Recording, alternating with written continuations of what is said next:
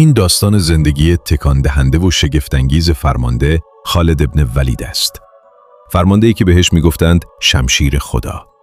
جنگجویی که در زمان جنگ حتی نمیخوابید و نمیذاشت سربازهاش هم بخوابن. سربازی که بدنش پر از جای زخم شمشیر بود.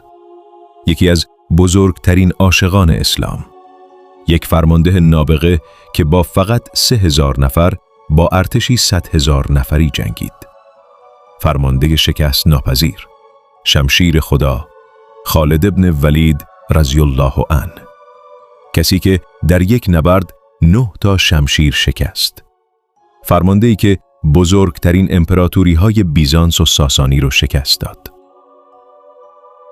السلام علیکم. این داستان واقعی زندگی خالد ابن ولید است. یکی از بزرگترین قهرمان‌های گسترش اسلام.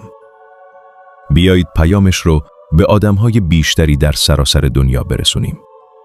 کانال رو سابسکرایب کنید، کامنت بذارید و لایک کنید برای حمایت. اگر آماده‌ای شروع کنیم.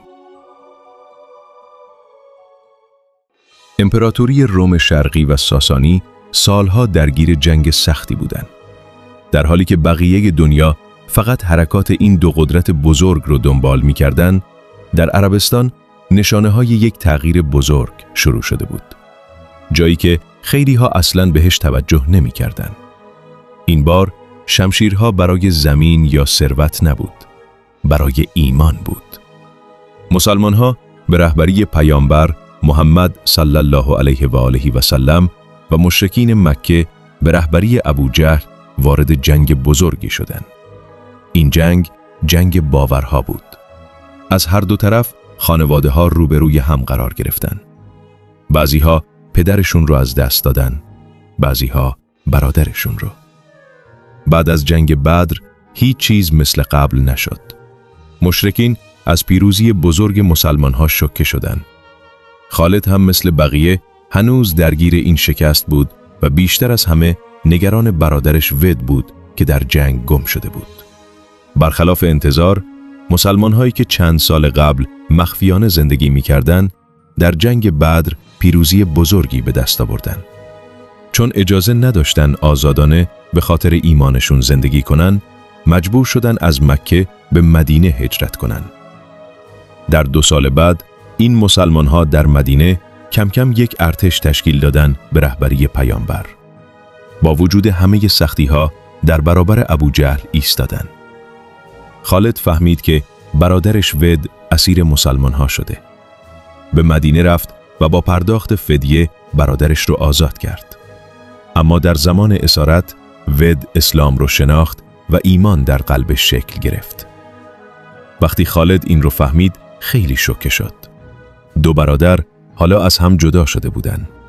یکی در مسیر مکه و یکی در مسیر مدینه. یکی بین اسلام و یکی بین بت پرستی. خالد در یک خانواده اشرافی و جنگجو در مکه به دنیا آمد. پدرش ود بن مغیره از بزرگان مشرکین بود.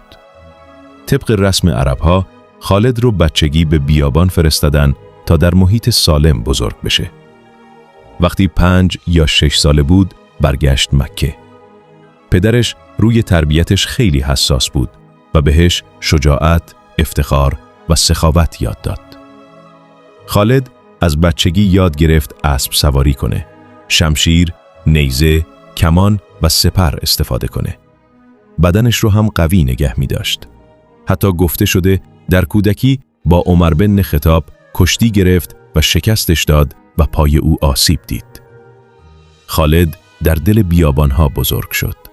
در طوفان‌های سخت صحرا، زیر آسمان پرستاره و در مسیرهای سخت کوهستان. او برای جنگ ساخته شده بود. بعد از صلح حدیبیه، مدتی خالد در سمت مشرکین جنگید.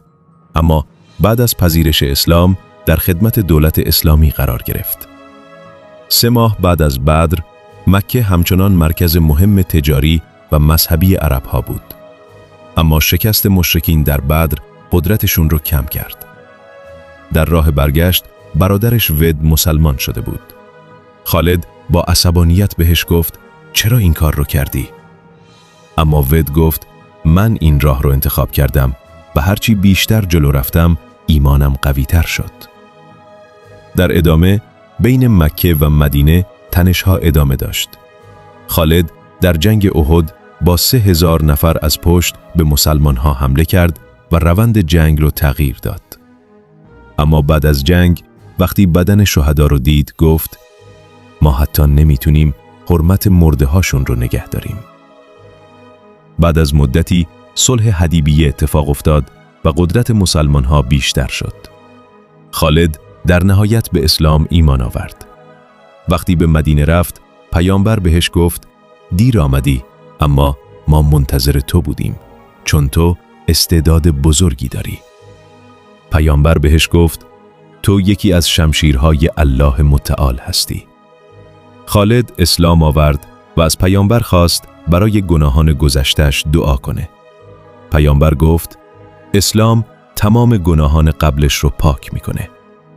بعد از اون خالد در جنگ‌ها با استراتژی‌های هوشمندانش باعث پیروزی مسلمان‌ها شد و در نبرد موته و یرموک نقش مهمی داشت. او در بیش از 100 جنگ شرکت کرد و هیچ وقت شکست نخورد. در نهایت در زمان خلیفه عمر از فرماندهی کنار گذاشته شد، اما با احترام کامل. در سالهای آخر عمرش در بستر بیماری افتاد. همون فرماندهی که همیشه آرزوی شهادت داشت حالا در بستر مرگ بود. گفت من تمام عمرم در میدان جنگ بودم، اما حالا دارم روی تخت میمیرم. در آخر گفت من با شمشیر و اسب زندگی کردم و با همونها میمیرم.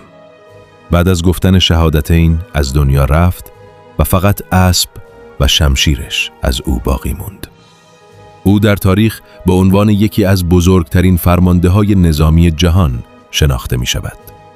او درباره جنگ یرموک گفت درباره روزهای سخت نبرد و اینکه چگونه می‌خواست در راه خدا بجنگد.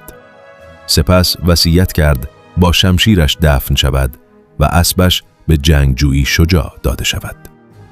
او پیامی برای نسل‌های آینده گذاشت که انسان نباید درگیر دنیا شود و باید در راه خدا تلاش کند. و در پایان وقتی تمام غبار جنگ‌ها فرو می‌نشیند و نام‌ها یکی یکی در تاریخ محو می‌شوند، از خالد ابن ولید فقط یک سوال باقی می‌ماند. ما از او چه می‌آموزیم؟ اول اینکه قدرت واقعی در شمشیر نیست، در تصمیم است. خالد همان شمشیری بود که می‌توانست ویران کند، اما وقتی حقیقت را شناخت، همان قدرت را در مسیر درست به کار گرفت. دوم اینکه گذشته حتی اگر پر از اشتباه باشد، میتواند نقطه پایان نباشد. او سالها در مقابل اسلام جنگید، اما در نهایت همان گذشته تبدیل به دلیل عظمت آینده‌اش شد. سوم اینکه نبوغ بدون هدف فقط یک خطر است. خالد نابغه جنگ بود، اما وقتی هدفش ایمان شد، تاریخ را تغییر داد. چهارم اینکه پیروزی واقعی فقط در میدان جنگ نیست.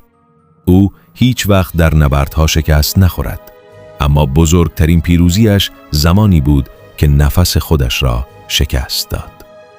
و شاید مهمتر از همه اینکه انسان اگر صادقانه مسیرش را پیدا کند، حتی اگر دیر، حتی اگر از دورترین نقطه برگردد، هنوز میتواند در بالاترین جای تاریخ بایستد. خالد ابن ولید رفت، اما سؤالش ماند. تو با قدرتی که داری چه میکنی؟